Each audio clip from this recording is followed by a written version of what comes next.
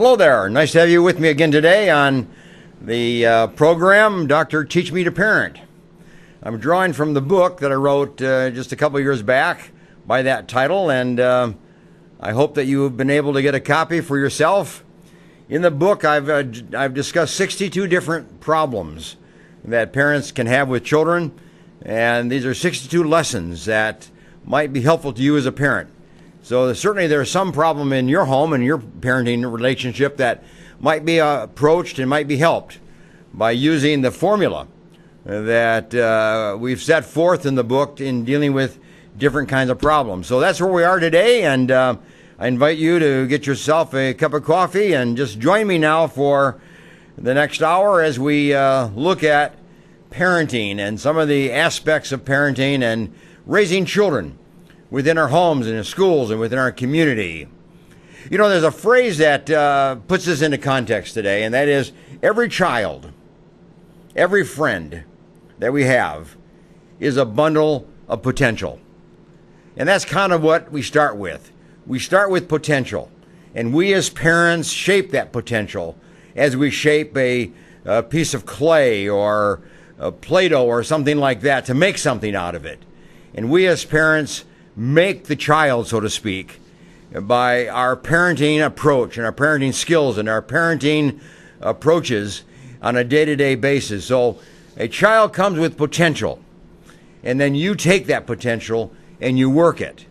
And it's a very important part of your life, and certainly you do this with considerable consideration. So that's why you're joining me today, is to learn a few tips, you learn a few aspects of parenting that might be helpful to you in the course of the week ahead of you. Now, today what I'd like to do is to look at the issue of friendship and how we develop friendships and the importance of friendships and why friendships are very important in our life, whether we're a parent or we're the child. And then after looking at that topic, I'd like to move on into some of the things that kids do. I call them the darndest things that kids do. And we'll take a look at just some of those kind of behavior patterns that are just beyond us sometimes and hard to understand and hard to approach and hard to work with. So we'll take a look at both of these kind of issues today, starting with the issue of friendship. Now, here's the deal. There was a book written by a therapist by the name of Carla Flora. And she coined the word friendfluence. And in that discussion, what she tried to do was to discuss why we have friends, the importance of friends, the influence of friends in our life, and the influence that we have on friends in our life. So it's a mutual relationship. Friends influence us, and we influence friends. And it's important to that interactional pattern. So she calls it friendfluence. And it's an important part. It's those friends of our past, friends that we have currently, and friends, obviously, that we will have in the future. Friends shape us. Friends shape our life. Friends shape our attitudes. Friends shape our behavior patterns. Friends shape the way that we approach life and we look at life. So friends are very important. They're the key to our happiness to a large extent. They're not the total basis of our happiness, but they contribute significantly to our level of happiness.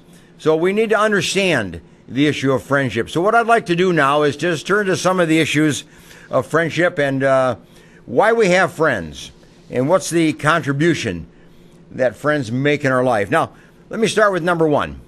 This is the first issue. Friends give us vital life skills. Now, what are those? What are the vital life skills that friends contribute to us and give to us? Well, friends participate with us in a lot of different ways. They teach us how to communicate. They teach us how to talk and how to share ideas and how to share feelings, how to listen, how to form relationships and form patterns of relationships, how to be supportive of each other. When one hurts, we can be supportive. When the other hurts, that person can be supportive. How to be caring, how to be compassionate, how to set goals and achieve them, and how to be encouraging in the goal attainment that we have in life. How to know ourselves better. Friends contribute in a lot of different ways in our life, but they're the vital aspects of vital daily living skills. And parents contribute, but friends contribute increasingly so as we increase in our age. And we move up into the teenage years. Friends have much more influence on us than they do in our younger years. But nonetheless, friends participate and friends contribute to those vital life skills that are important that we're going to carry with us throughout the rest of our life. And we're going to carry with us and depend on and use as we form relationships in the future. So, friends give us vital life skills and contribute to that part of our life. Secondly, childhood friends start our learning process. It's the way that we develop social skills. We develop social relationships. We learn social relationships.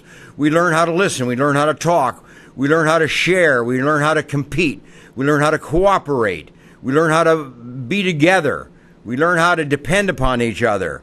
We learn just that interactional pattern that takes place between two people, to listen, to talk. So, in our early childhood years, friendship starts that learning process, that social behavior pattern that we then utilize and develop further for the rest of our life. So it's important to have friends in the early life because that's where social learning skills begin and take place and then develop through the rest of our life. And as we move into teenage years, parents' influence drops down a little bit, becomes less critical, less important to a child. And the teenage friendships become even more important, for good or bad, if you will. But it's important that teenagers get that sense that they're not alone. It's important that they have these friendships that gives them a sense that they belong to somebody else. They belong in a social context. They belong in a social gathering, in a social milieu. And what happens then is that we develop this kind of social skill, and that we use that in our approach to teachers. We use that in our approach to employers and in approach to the people we work with later on in life. We develop these well-established social patterns in our teenage years of who's a friend and who's a parent. What can we do with friends, and what can we share and talk about with friends, and what we can share and talk about with parents. So the teenage years becomes a very, very important one to develop that sense of intimacy, that sense of openness, that sense of listening and sharing our life and sharing our feelings and sharing what we think with other people, and having that feeling that we're mutual, we're all one, we're all part of a social situation, a social gathering, a social relationship. So teenage years, we begin to bond. We begin to form that bond that pulls us together, and for the rest of our life, we then move from relationship to relationship and from bond to bond, and we sometimes drop relationships and form new ones. But it's that skill of forming relationships that's done during our teenage years. And then number 4, friends help us define our priorities. You know, we are with friends, we're around friends, and we watch how they behave, how they think, the attitudes that they portray. And sometimes we say, I don't want that. I don't want to be like that. And we back off from those friendships. And then there are times when we have friendships that speak of attitudes and speak of behavior patterns and actually behave in certain ways that we seem to appreciate and want and desire. And we learn our social behavior through our friendships and our social relationships. And we then develop these sense of priorities of what's important and what's not important, what's good and what's not good, what do we do and what we don't do. See, that's what happens in friendship relationships. We develop these feelings and these ideas and these choices of priorities, and then we form our life and we move on forward in our life with those kind of priorities and those kind of choices. And we restore ourselves and we build ourselves up and we become part of a pattern of social relationships that starts in teenage years, childhood years, and then moves on into our early adult years. So we define our priorities through our friends, largely. And then friends help us acquire even more friends. You know, if you have a friend, that friend has other friends, and we become then friends of them. And then they have other friends, and then they have other friends. And as we develop this initial friendship, we move on into developing a series of friendships that we have in life, so that we aren't alone and we aren't isolated and we're not withdrawn and into ourselves, but we become part of a social system, kind of a social network, if you will. And obviously, one doesn't have to have a large network, but one needs to have a social network. Most people know 70 people. And most people, out of that 70 people, have about 12, sometimes 15, have about 12 that they're relatively close to and see on a regular basis and interact with on somewhat of a regular basis. But out of that 12, most people have about 3 very close friends they spend more time with. They spend a lot of time with. They rely on, they interact with, they learn from. They form attitudes, they form relationships, they form behavior patterns on the basis of those friendships, those 3 friends. But from those 3, most people have one. There's one person that it comes down to, that is my best friend, my long-standing friend, the friend that I will have perhaps throughout life. So, we don't have all together all of the friends that we can think of. But we start with a network of friends of around 70 people. That's like almost like a classroom at school, or 2 classrooms at school. And then it comes down to that 12 and comes down to that 3 and comes down to that 1. That's how friendships emerge and take place and are formed within our life. We acquire friends by having friends. The world opens up to us. Friends of different races, different nationalities, different backgrounds, different ages, boys, girls. We learn different attitudes. We learn different ways of life. We learn different ways of thinking. We learn different cultures. We learn different attitudes. We learn different customs. You see, the world opens up as we bring friends into our life and as we enter into the life of other friends. So it's taking a small world that we start with as a child, and we begin to open that up into our teenage years and into our young adult years, so that our life then becomes one of expansion and one of participation in the world about us and the world beyond us. And we become a kind of a global person as we invite people from different cultures and backgrounds into our life, and we enter into their life, whether it's by neighborhood or by school or through the church or through a club or some organization that we are part of. We develop this sense of openness with friendships.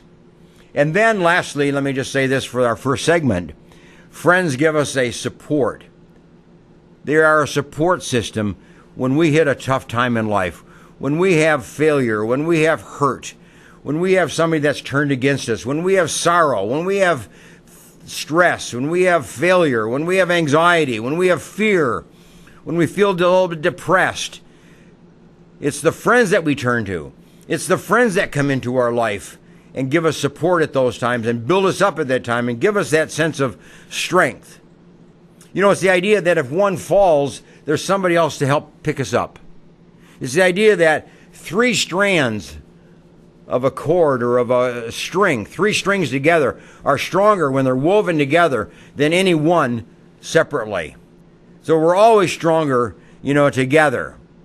Somebody has said it this way: if you want to run fast, run alone. But if you want to run far, run together. Run with somebody. And it's that same idea that when we are in misery, when we are in hardship, when we're in a feeling of hurt, we turn to people. We turn to people who are in similar situations or who have been in similar situations. You see, it's that phrase, misery loves company.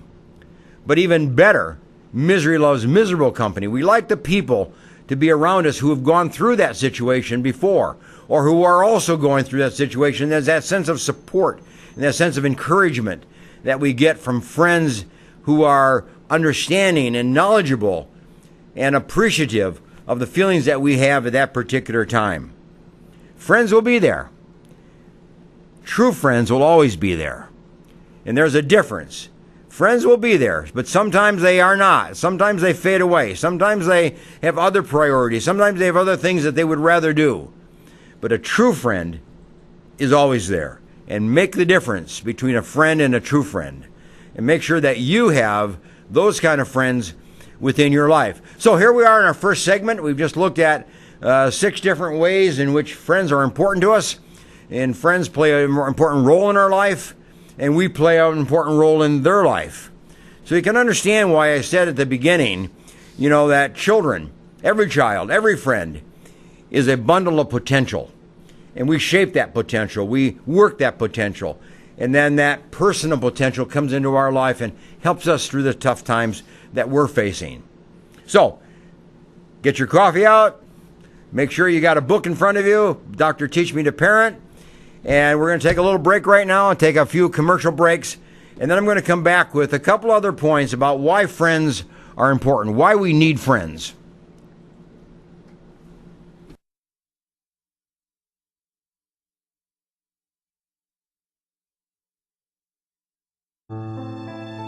Fresno Rescue Mission's Rescue the Children program is a protected, secure environment providing emergency and long-term services to women at risk, abused, homeless, previously incarcerated, and women with children. The community provides women and their children a place to get away from destructive lifestyles, offering a place to heal, learn, and grow. Give to the Fresno Rescue Mission today.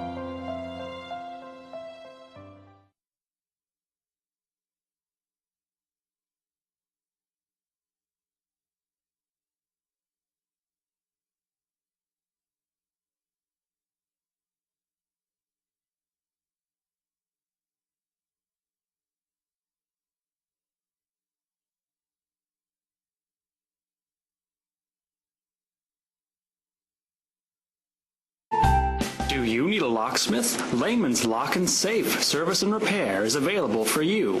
559-228-1805. Sometimes good intentions hurt rather than help.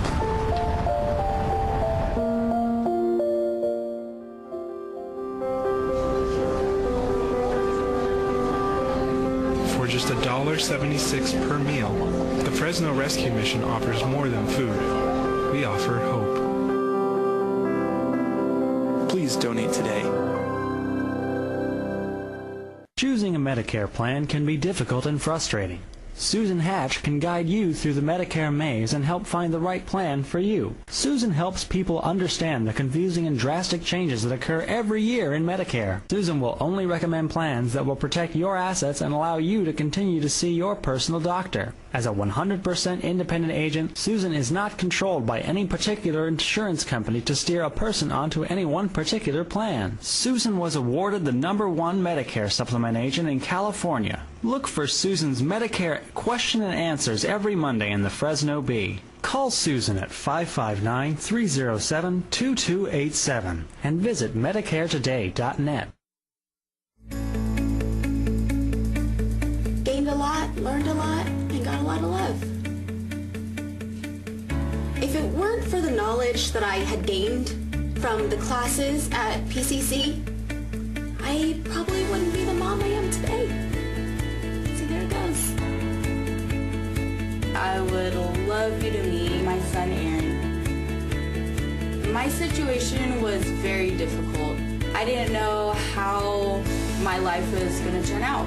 We graduated in June 2010 and we got married in July. And through family, the Pregnancy Care Center changed our lives. The Pregnancy Care Center was a huge, vital part in helping me walk through that pregnancy, in educating me and loving on me during that time.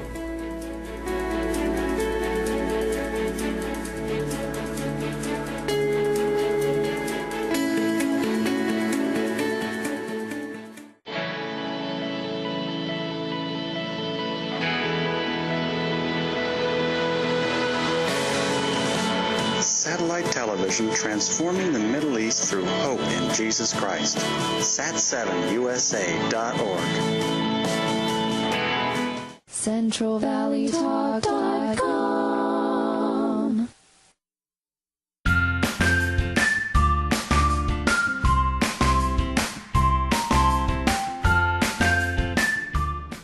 Okay, welcome back, and I'm glad you're joining me today because this is a very important topic.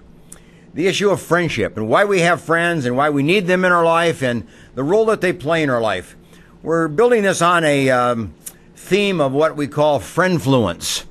It's the idea of how friends influence us and how we influence friends. And it's friends from the past, friends that we have currently, as well as friends we're going to have in our future.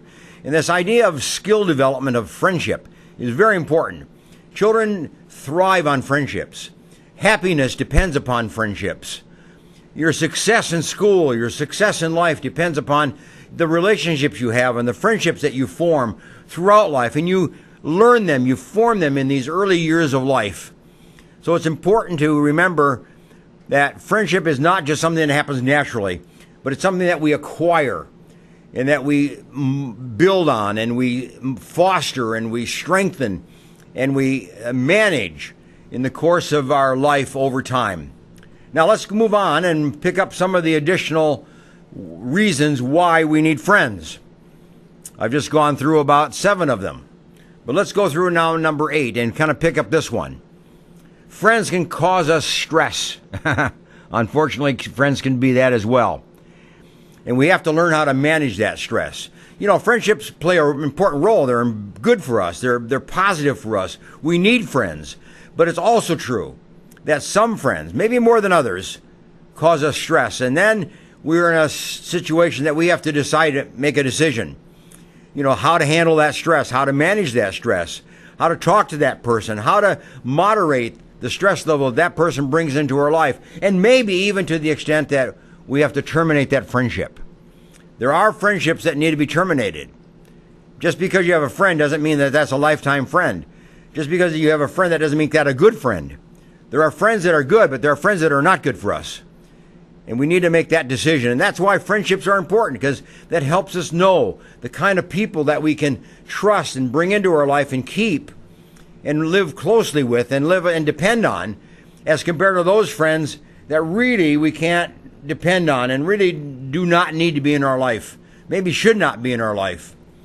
They still may be a friend in a sense, but it's a friend that we need to back off from and move away from and even possibly terminate. So, friends can cause us stress. We have to learn how to manage that stress accordingly. Also, friends can help us with our feelings of loneliness. You know, loneliness is not a good place to be. Loneliness is a tough spot to be in. That's a hurtful place. It's a common problem for a lot of kids. You know, to feel friendless and to go to school every day and not really have a close friend, not have somebody to really talk to or play with, not have somebody you can really rely on. That's a tough spot to be in. So that's why friendship is important to build and to learn how to develop friends. And parents sometimes have to step in the gap and help 2 children come together and form friendships. Help your child relate to somebody else. Bring them into your home. Play after school together. Do something on the weekend together. Friends are important to have, but parents play the role of bringing kids together so that friendships can be formed. So friendships are important because they break down that feeling of loneliness and that feeling of depression, or you're feeling unimportant, or you're feeling ignored, by other. We all want a support person in our life. We all want a person who brings us meaning and brings us joy and brings us happiness and gets us out of that feeling and out of that sense of loneliness. Okay, let's move on. What about online friends? We have that whole new series going on today of groups that can come together online. And many kids are online and form friendships online, chat groups of various kinds, playing games together with somebody across the world and forming friendships online. And maybe that's good. Maybe that does help expand the level of friendship, the world of friendship for people, and introduce them to world beyond themselves, beyond their own city. Maybe to kids of different countries and different nationalities, different backgrounds. So it can open the world. It can be a very good thing. But at the same time, one has to be careful, because sometimes people are not necessarily there for friendship purposes. They're there to take advantage of you in some kind of way.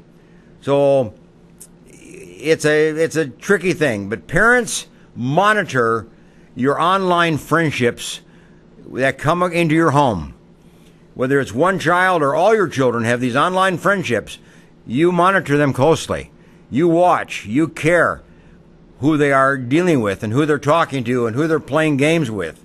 Don't just ignore it by sense of saying, well, they're just friends and they'll never see each other because they're across the country from each other. No, friends have an influence, whether it's online or it's on a telephone or it's on in person or in writing or however. Friends have these kind of influences on us, and you need to monitor, that as a parent. Set rules. Set the guidelines for your home and what is going to be an acceptable online friend and how much time can be devoted to online friendships. And in what way can online friendships enter into your home?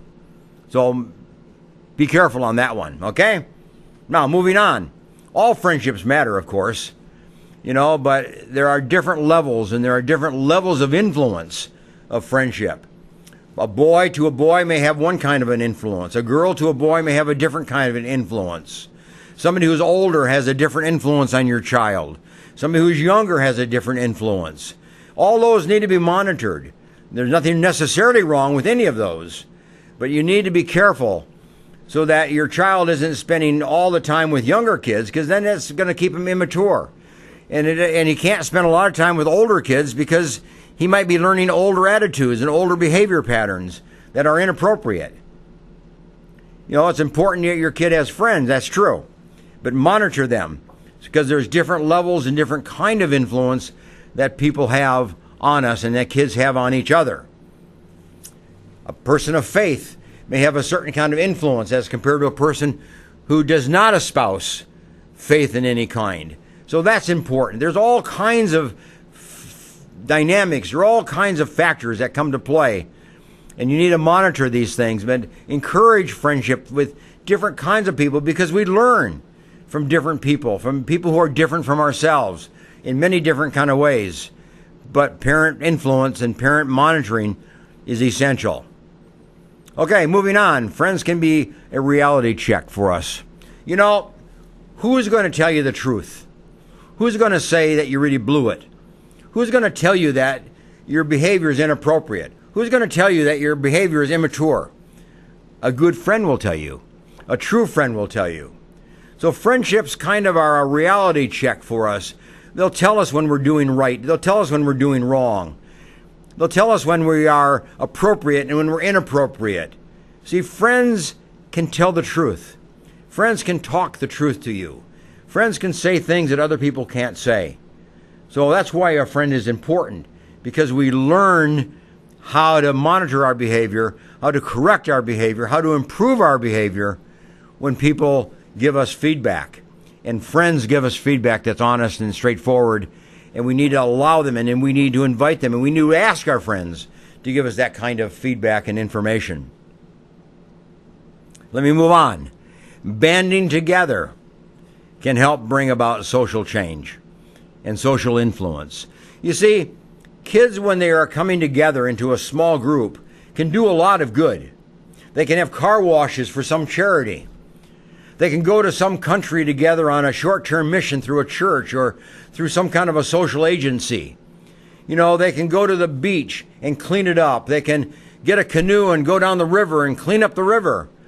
When it's being overrun by tires and all kinds of junk that people throw in rivers.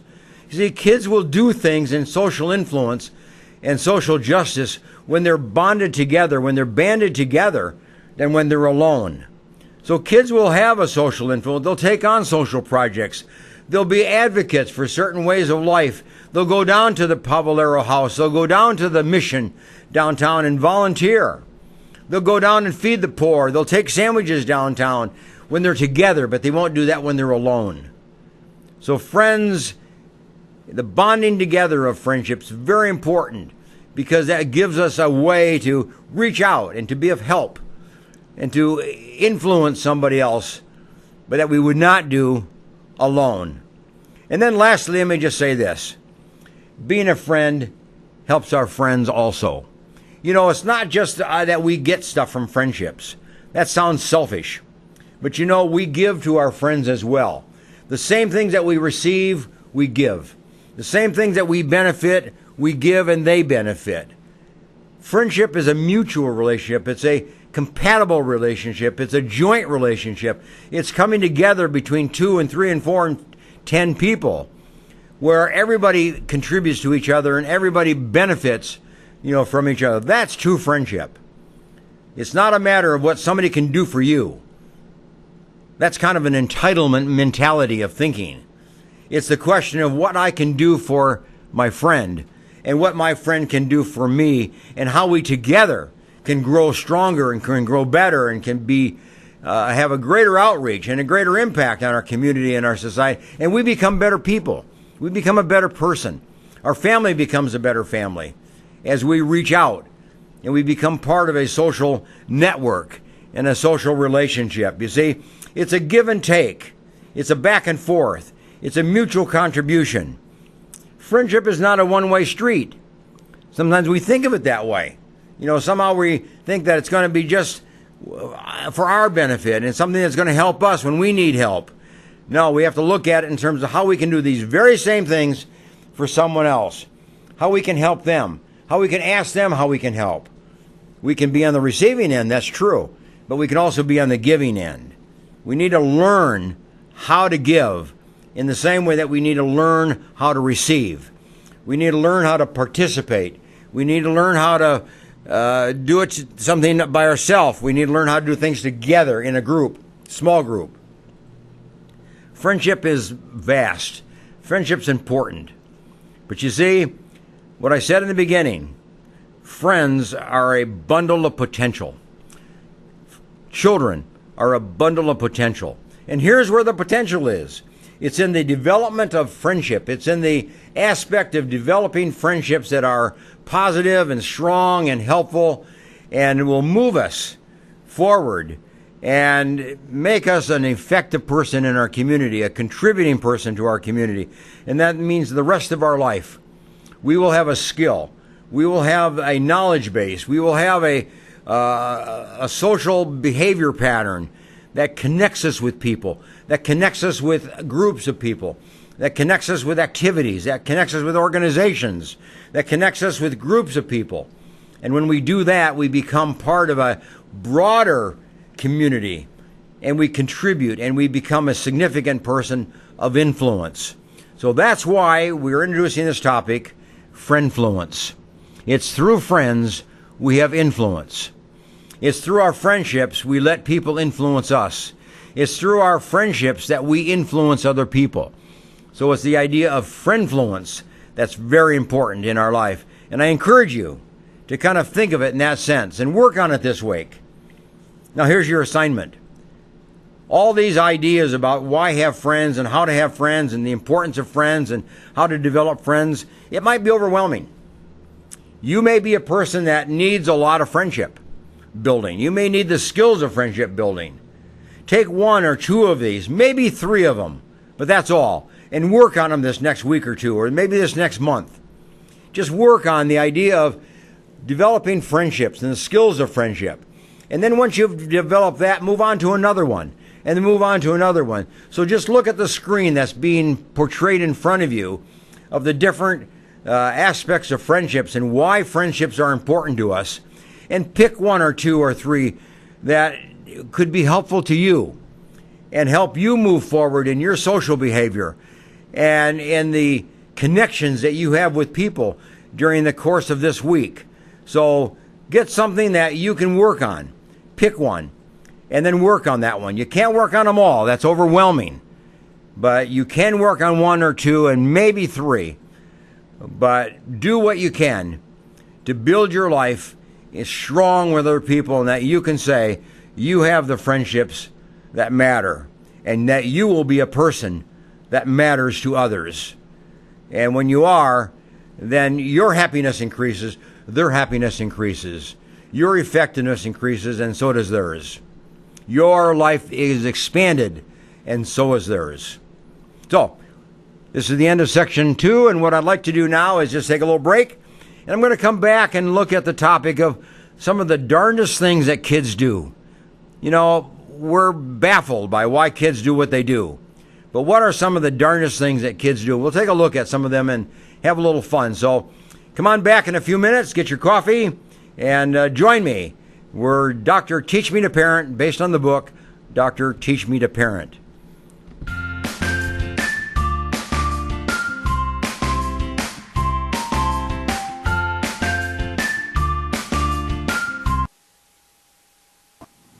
This segment is brought to you by Mike Briggs Properties. The recession's over. It's now safe to sell your home. Call Mike Briggs Properties.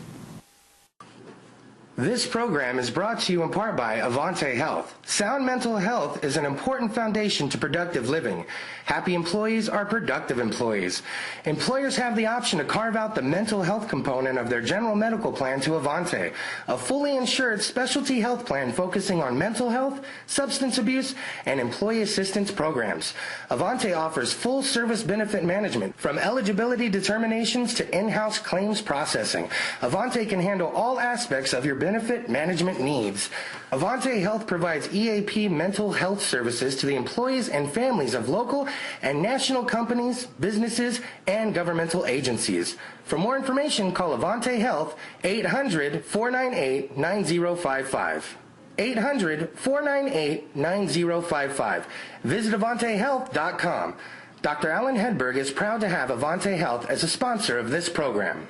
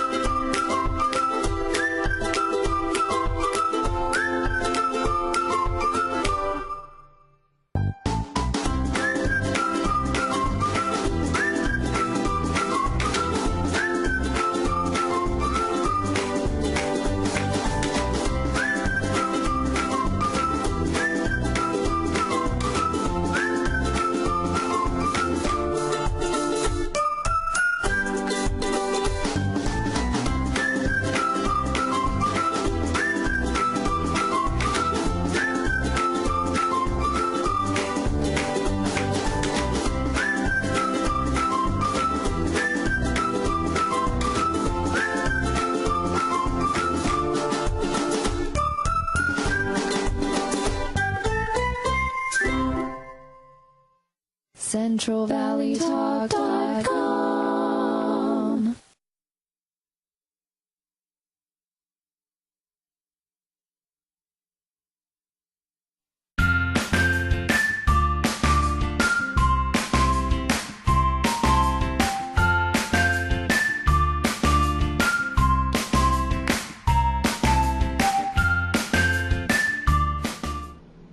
Hello there. Glad to have you back with me. And we've just now completed a topic on friendship and why to have friends, how to have good friends, and the role that friends play in our life. And so we just kind of completed that. And if you didn't get in on all of that, you can pick up the program on the YouTube.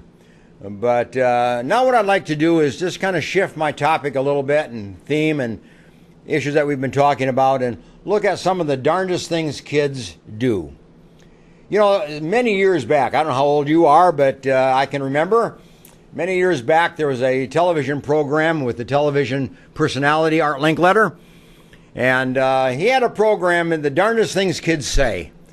And he would ask a kid a question, and this kid would come out with some smart aleck answer, and the audience would laugh. And it was a kind of a fun little program. But you know, kids do darndest things also. And some of them are not so funny. And some of them are not very healthy, if you will. So let's take a look at some of these things that kids do. And again, we're looking at my book, Dr. Teach Me to Parent. I encourage you to pick it up. You can go to Amazon. You can certainly go to my website, which is shown there, Dr. Teach Me to Parent, with booksbyhedberg.com. So you can pick it up there, you know, as well. But what are some of the darndest things kids do? What are some of them? Well, kids hit each other. You know, kids fight. Kids hit each other. And we as parents find that very consternating. You know, it's very distressing to see two kids fight all the time, pick on each other in the backseat of the car. They're in the other room arguing and yelling and hitting each other. And it just is an annoying kind of a thing and something that we have a hard time kind of dealing with. But you know, there's really underneath that all, here's the question. Why do kids hit? Why do kids hit each other? Why does your kid hit brother or sister or friend or whatever it might be? Well, the simple answer could be that you've hit your child. And if you hit your child's going to hit somebody else. I mean, that's a simple answer. If your child sees you hit an object, your child will hit. If your child sees slapping going on between mother and father, they'll do the same kind of thing. Kids imitate. Now, if they're exposed to hitting in the classroom, in the schoolroom, out in the class area, playground, neighborhood, wherever, if they see hitting going on, they'll do the same thing. Hitting kind of gives permission to hit. And what you really want to do is to make sure your child lives in a world where violence through hitting does not occur, does not take place, and is not exposed, to them in their particular life and experience. But there are other reasons why kids hit. And, sometimes it's just kind of to be a bully or to get some kind of a strong image that I'm a big kid or I'm stronger than you. I'm stronger than brother. I'm stronger than sister. I'm stronger than my friend, whatever. And so they hit kind of to prove a point that they're strong and that they're big and that they're capable of defending themselves. And they want to be the big kid on the block, so to speak. So hitting is something that we learn, we imitate it, we follow somebody's pattern, but parents need to teach the opposite. The opposite is kindness, if you will. The opposite of hitting is helping. Rather than being mean, it's being kind, being helpful, being thoughtful, being a participant in the life of your brother, your sister, and other people, rather than being an adjutant and somebody who annoys. Okay, that's number one. Kids hit. But number two is, one of the darndest things that kids do, they cuss. Now, same kind of thing. Kids cuss because they hear cussing. It's an imitated behavior. If dad cusses, kids will cuss. If mom cusses, kids will cuss. If teacher cusses, kids will cuss. If their close friends cuss, they will cuss. Cussing is an imitated behavior. It's what they hear and then repeat. So of course kids will cuss. If they're in a world where cussing is allowed and takes place around them without immunity and without any kind of correction. Cussing needs to be right away, right from the very beginning, stopped by saying, other people may talk that way, but we don't talk that way. We're not going to talk like that way in our house. In our home, we don't talk like that. And you set the tone, you set the conditions, you set the difference. That what it takes place in somebody else's house is not what takes place in your home. What takes place and coming out of somebody else's mouth is not what comes out of your mouth. And parents have to help them make that distinction, that cussing is not allowed. And we don't want that kind of behavior within our home. But kids will do it unless you put a curb on it. Okay, another darn thing that kids do, they get low grades. Sure, they get low grades. They're capable of very high grades. Maybe a kid's capable of A's, maybe B's, maybe a mixture of A's and B's, but is getting C's and maybe even a D. Why? Well, the important thing is to make note of why kids get low grades. Sometimes you find out by discussing it with them. Sometimes you're discussing it with the teacher. But sometimes just looking at your own life as a parent. Have you set the expectation for kids? Have you set an expectation that nothing below a B is acceptable? Have you set the expectation that nothing below a C is acceptable? If you don't set the expectations, the kids won't rise to that level. They won't reach that level of attainment or success or achievement. So you as a parent set the bar. And you can set the bar low, you can set the bar high, or not even set a bar. And if you don't set a bar, you're going to get very little from that kid, even though he's capable. And one of the things that I find myself often doing in my counseling practice with parents is helping them get a realistic and a fair and honest assessment of their kid, and then set the bar. And then nothing below that is acceptable. And they support everything above it, and praise and approve and affirm and congratulate kids as they attain a level higher than the bar that was set. But if you set a low bar, or if you don't set a bar, that's what you're going to get. That's exactly what you're getting. Kids will live to the level of the expectation placed on them. And you as a parent is the one that places that expectation. Okay, moving on. Kids get headaches and stomach aches.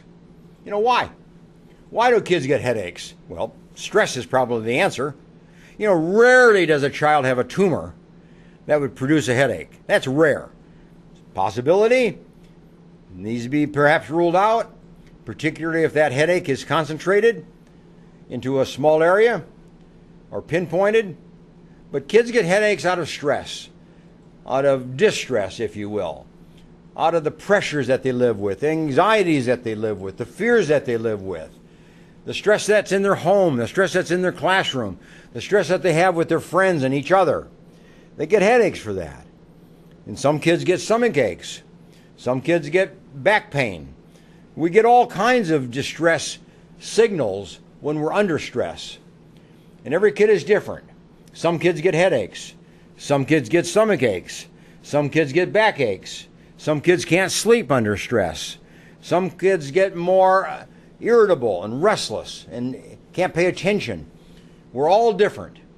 But when you see these kind of symptoms of pain of various kinds, quickly rule out any physical pain and rule out whatever the psychological or stress, sociological stress is in their life. And more chances than any, that pain comes from a psychological cause, not a medical or physical cause.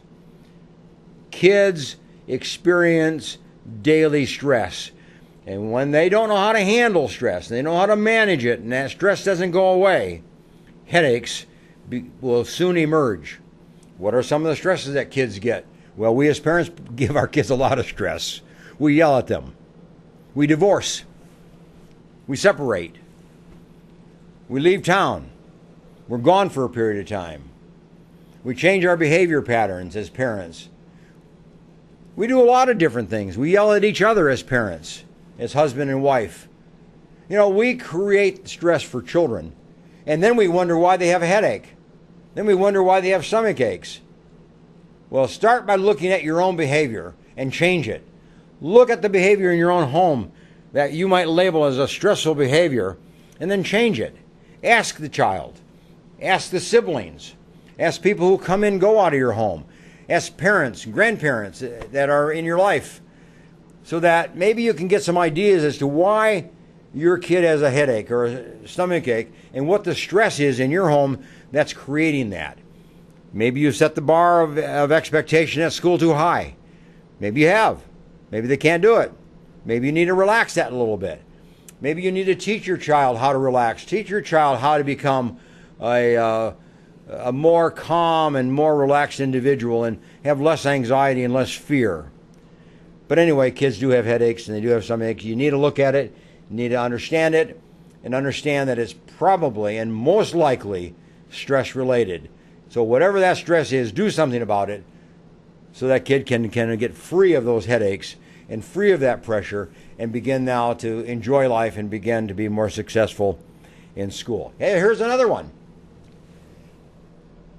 Kids have nightmares. Kids get nightmares.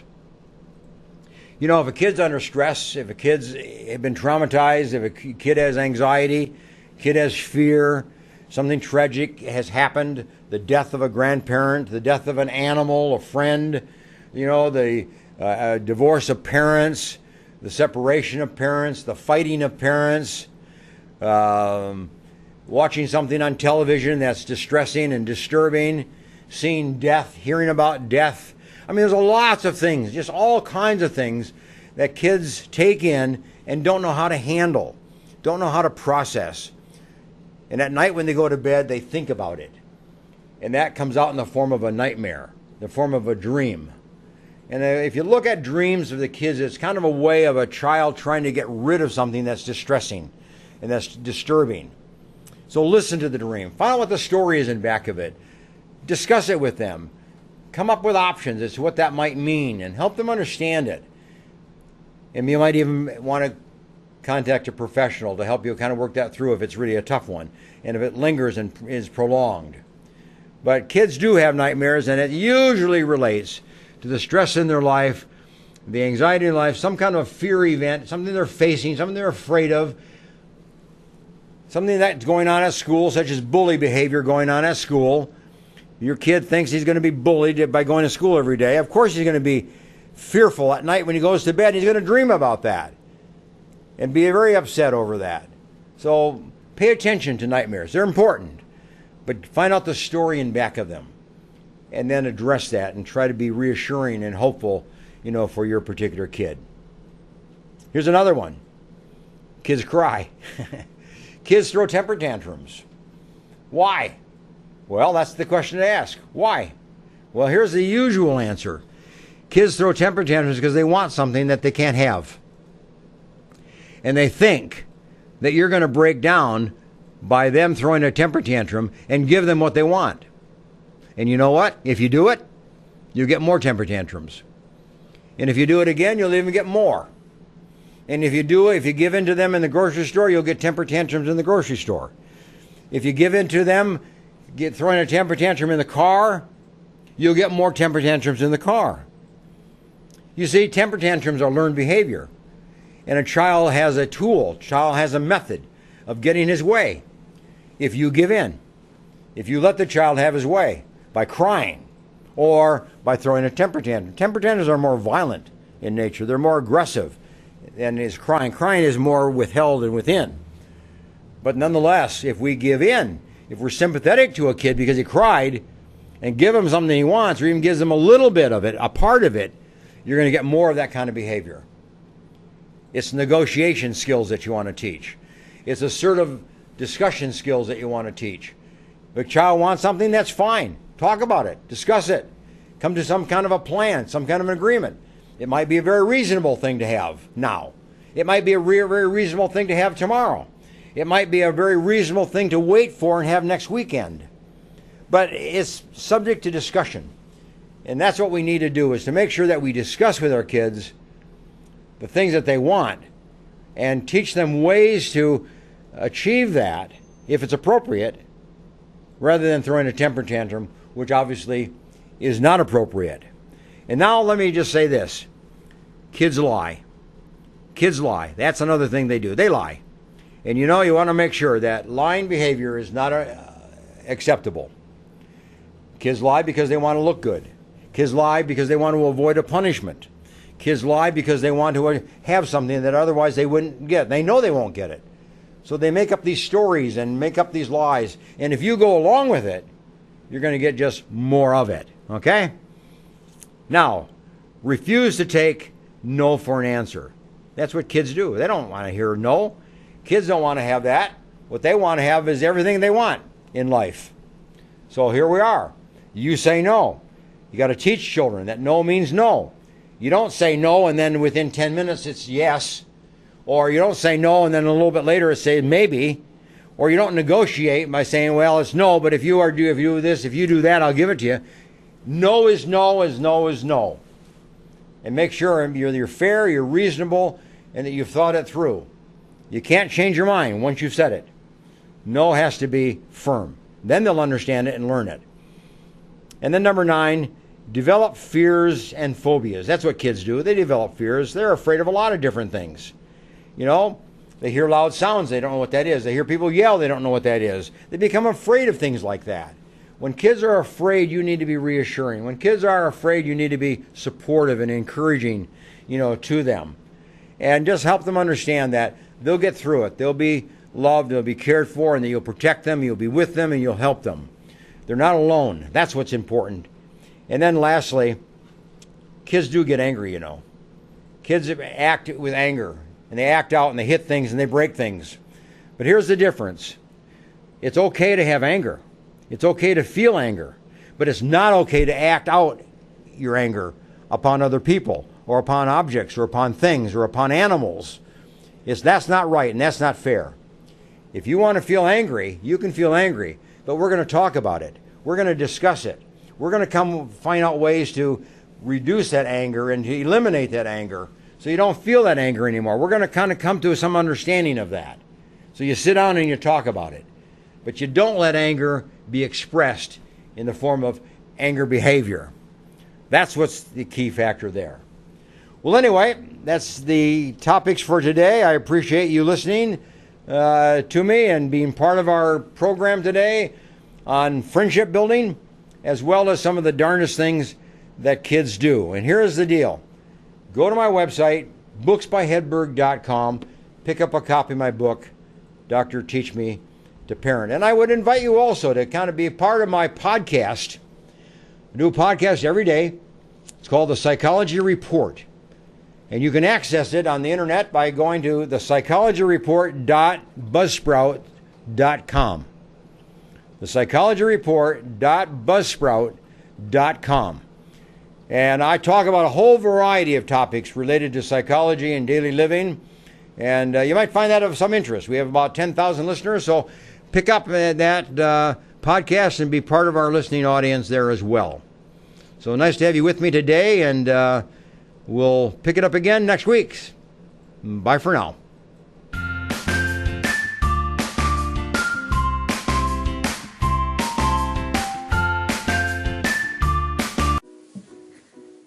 Hey there, world. I'd like to introduce you to someone really special and really cool. This is my mom. My mom is an amazing person. She is a writer. She is a newly transplanted Texan. She is a woman of faith and she loves 80s music. She also is a person with a very rare genetic muscular disorder called Pompe disease. Pompe disease is a terminal, progressive illness. It's a genetic enzyme deficiency which ultimately leads to the destruction of your skeletal muscles.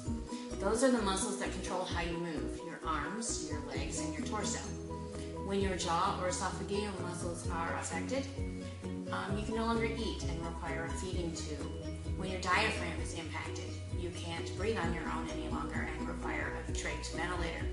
When your legs are impacted, you will no longer be able to walk without assistance. You can lose bladder and bowel control. It affects children and adults, and eventually it kills you. It is rare, but it's real. Now we're lucky. My mom's still able to walk, though she uses a cane to get around most of the time. She's still able to breathe unassisted, but she can't go upstairs, and she needs some kind of assistance to get up from a seated position, like if she's sitting in a chair. She has to examine every activity ahead of time to know if there are things like handicap parking, accessible buildings, and even functional bathrooms. All of her activities depend heavily on the weather. A windy day can be just as dangerous as an icy one. She jokes that you can tell what kind of day she's having by whether she can lift her arms high enough to do her hair. And she recently moved into a one-story house specifically with the idea that she's one day going to need a wheelchair to get around. Those are the kind of things she has as everyday concerns. Her normal everyday fears are things like dropping her keys or falling in public and not being able to get up. That actually happened a couple of years ago. She fell and fractured her pelvis because she was unable to break her fall.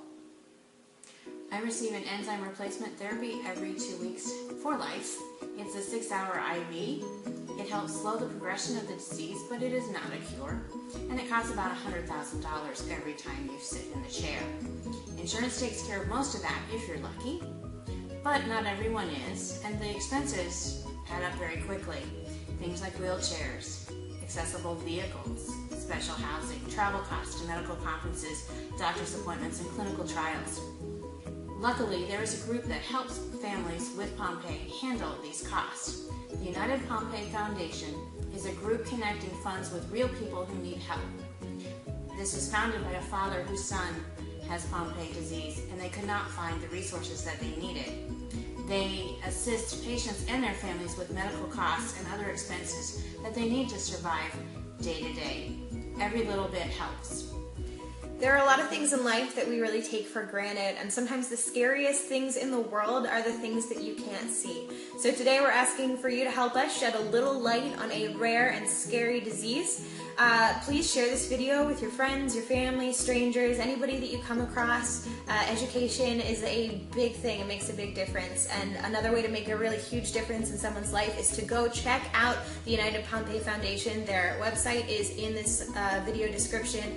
Click on it, check it out, and go ahead and donate some money if you're able to. Again, this is an organization giving real help to real people who are amazing and need it, like my mom. I love her, and thank you so much for helping us out. Thank you so much.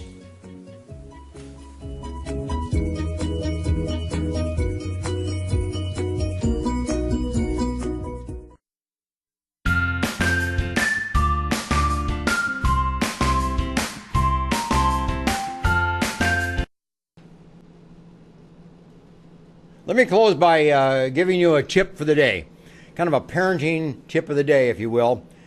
It's important to be a role model as a parent and to engage in the very behaviors you want your children to imitate and learn. That's what's important as a parent. Do the things that you want your kids to do. Be that role model. Be that example. They'll follow you. And if you do appropriate behaviors, they'll learn appropriate behaviors. Unfortunately, if you do inappropriate behaviors, they're going to learn those as well. But be a role model by engaging in the very behaviors you want your children to imitate and to learn. Nice to have you with me, and if you'd like to be a sponsor of my program, get in touch with me here through the station. We'll be glad to add you as one of our sponsors of the program. Okay, bye for now.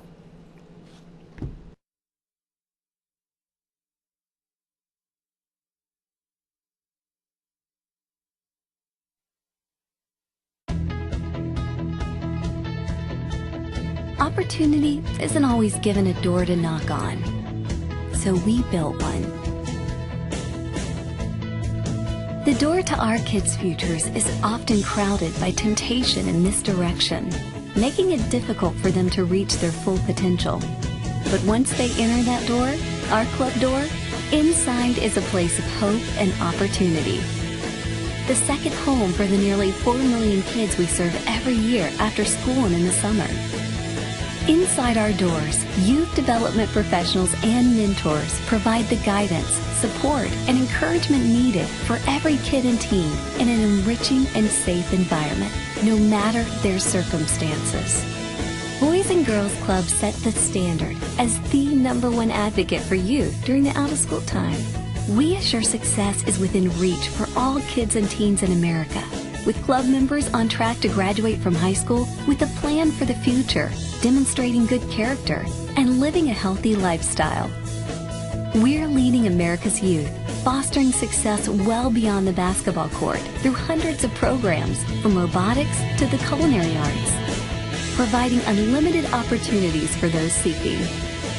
This hope and opportunity builds character, creates leaders, and helps all kids define their future, ensuring young people find their passions, reach for their dreams, and achieve their full potential.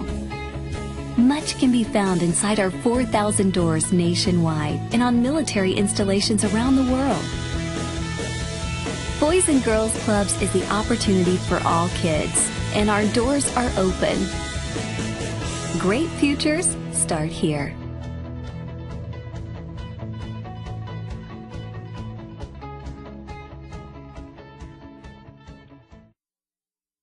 CentralValleyTalk.com